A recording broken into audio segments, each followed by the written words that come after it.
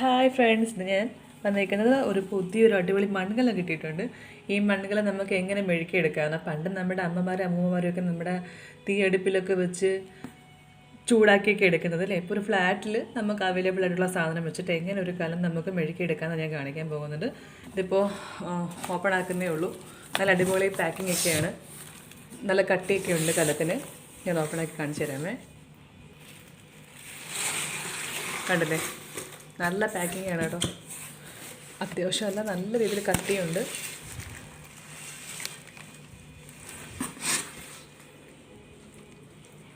കണ്ടില്ലേ,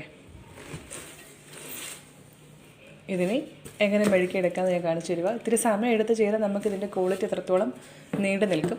അതുകൊണ്ട് ഇത്തിരി ലെങ്തി ആയിട്ടുള്ള ക്ലീനിങ് ആണ് ഞാൻ കാണിക്കുന്നത് കേട്ടോ. നമുക്ക് ഈ കലം മുങ്ങി നിൽക്കുന്ന രീതിയിൽ ഒരു ബേസിൻ വേണം. ഇപ്പോൾ എനിക്ക് ഇവിടെ അവൈലബിൾ ആയിട്ടുള്ളത് ഇത്രയും വലുതായി. ഇപ്പോൾ ഇത്രയും വലുതായില്ലെങ്കിലും കുഴപ്പമില്ല. ഈ കലം നമ്മൾ ക്ലീൻ ചെയ്യാൻ ഉദ്ദേശിക്കുന്ന ചട്ടി ഇതിനകത്ത് ഉൾക്കൊണ്ട് നിൽക്കണം, മുങ്ങി നിൽക്കണം. നമ്മൾ ഇത്തിരി നമ്മുടെ കഞ്ഞിവെള്ളം വെച്ചിട്ടാണ് ആദ്യം ഒന്ന് ക്ലീൻ ചെയ്തെടുക്കുന്നത്. അപ്പം കഞ്ഞിവെള്ളം ഒഴിച്ച് വെക്കുമ്പോൾ ഈ കലം ഇങ്ങനെ മുങ്ങി നിൽക്കണം. അപ്പം ഞാൻ ഈ ബേസിനാണ് അതിനോട് ചൂസ് ചെയ്തേക്കുന്നത്. ഇനി നമുക്ക് കഞ്ഞിവെള്ളം ഒഴിച്ച് വെക്കാമേ. 2 ദിവസം ഇങ്ങനെ കഞ്ഞിവെള്ളത്തിൽ മുങ്ങി നിൽക്കുന്ന രീതിയിൽ കലം വെക്കണം.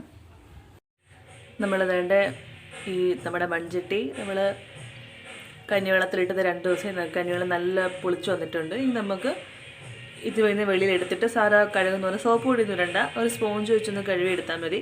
കഴുകി എടുത്തതിന് ശേഷം ഇച്ചിരി കഞ്ഞിവെള്ളം കൊണ്ട് ഒഴിച്ച് ഈ കലത്തിൽ ഇത് വെച്ച് നമുക്ക് വറ്റിച്ചെടുക്കണം.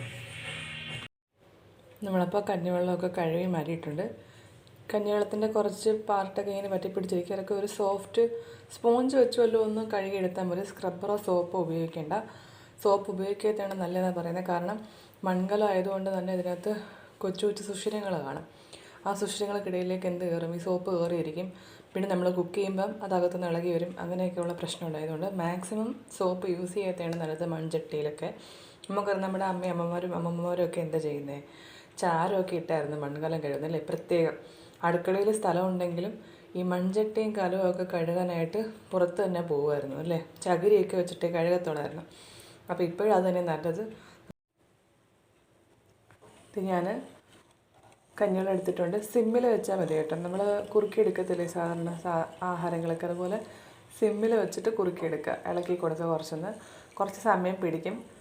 ഇത് മൊത്തം വറ്റി പോകേണ്ടത്. ഇത് അത്യാവശ്യം വലുപ്പമുള്ള കലവാണ്. പക്ഷെ നമ്മളതിൽ വിഷമമൊന്നും വിചാരിക്കരുത്. കാരണം നമുക്ക് ഈ മൺചട്ടി അല്ലെങ്കിൽ മൺകലമൊക്കെ കുറേ നാൾ യൂസ് ചെയ്യാനുള്ളതല്ലേ. നമ്മൾ കയറിയതിനനുസരിച്ച് ഇത് കുറേ നാൾ നീണ്ടു നിൽക്കും അതിൻ്റെ ഗുണം.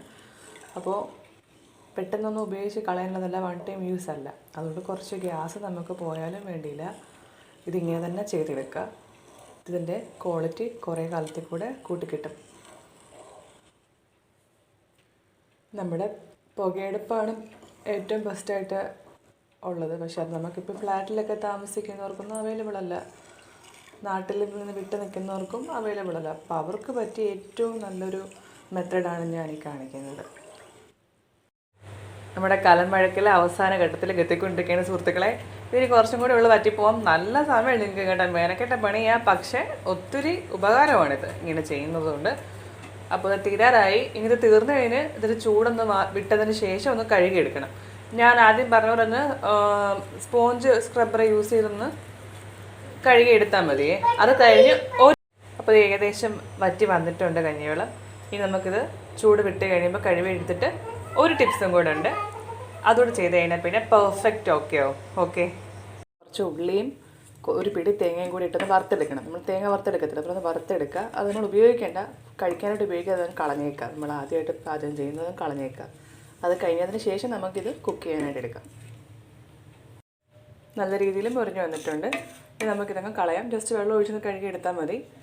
അപ്പോൾ ശ്രദ്ധിക്കേണ്ടത് സിമ്മിലിട്ടിട്ട് വേണം ഇത് ചെയ്യാൻ. നമ്മൾ സാധാരണ തേങ്ങ വറുക്കുന്ന പോലെ തന്നെ സിമ്മിലിട്ട് ചെയ്യുക.